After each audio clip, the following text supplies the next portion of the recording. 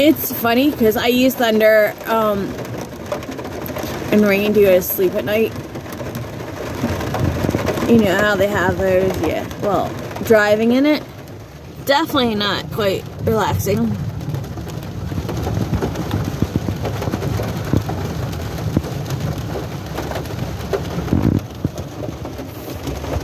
Alright.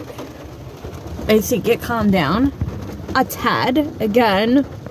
Right now I'm in Mount Laurel, New Jersey, but the same thing's happening at my house. I'm about a half hour from here in this weather, I guess.